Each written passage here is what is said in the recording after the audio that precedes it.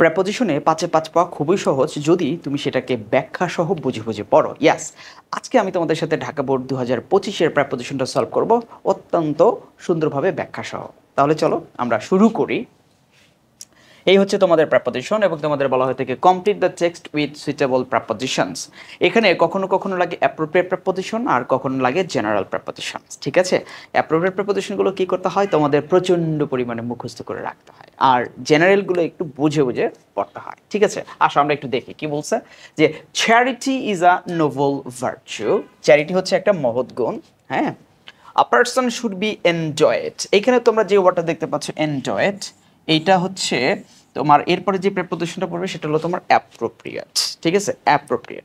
এন্ডোয়েডের পরে সবসময় প্রেপোজিশন বসে হচ্ছে তোমার with. Endowed with, should be endowed with this virtue. Okay, endowed with মানে কাউকে কোনো গুণে গুণান্বিত করা, কাউকে কোনো দেওয়া, কোয়ালিটি দেওয়া, এই অর্থে ব্যবহার করা হয় এন্ডোয়েড উইথ, কাকে কোনো দায়িত্বভার দেওয়া। Okay, it makes people think favourably dash their fellow man. দেখো এইখানে যে ওয়ার্ডটা দেওয়া আছে থিঙ্ক, সেই থিঙ্কের সাথে সামঞ্জস্যপূর্ণ আমাদের প্রেপোজিশন ইউজ করতে হবে। থিঙ্কের পরে একদম ফিক্সড প্রেপোজিশন বসে অফ, সেটা তোমরা জানো, তাই এখানকার আনসারটা আমরা লিখবো হচ্ছে কি of. So it makes people think favorably of their fellow men and do them good.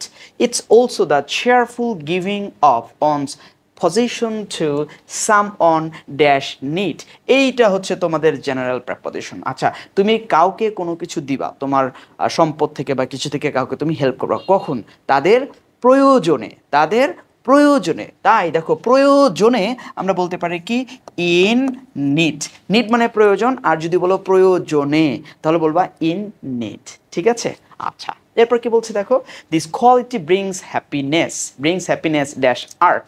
এই যে গুণটা, এই গুণটা নিয়ে আসে, বয়ে নিয়ে আসে। কি বয়ে নিয়ে আসে? হ্যাপিনেস, সুখ নিয়ে আসে। কোথায় নিয়ে আসে? পৃথিবীতে। তাহলে এই ক্ষেত্রে আমরা ব্যবহার করতে পারি ব্রিং হ্যাপিনেস অন আর্থ, পৃথিবীতে অর্থে আমরা ব্যবহার করবো কি অন আর্থ।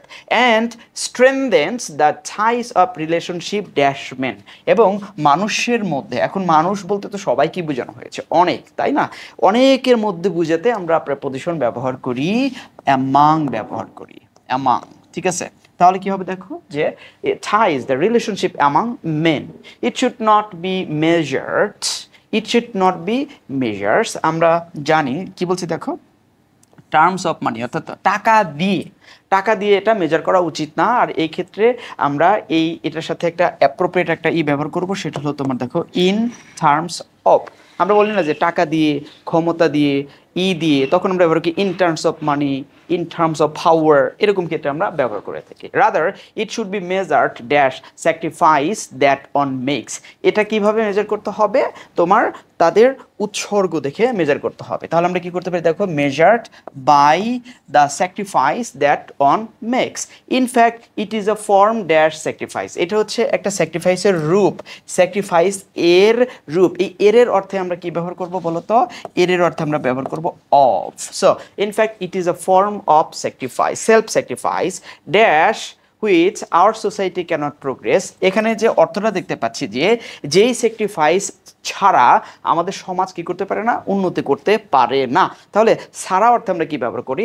সারা অর্থে আমরা ব্যবহার করব কি উইদাউট। তখন অর্থটা হবে কি দেখো, without which our society cannot progress. So everybody should practise this habit dash childhood. শৈশব থেকেই তাদের এইটা কি যেন বলে, যে অভ্যাসটা প্রত্যেকেই কি করতে হবে?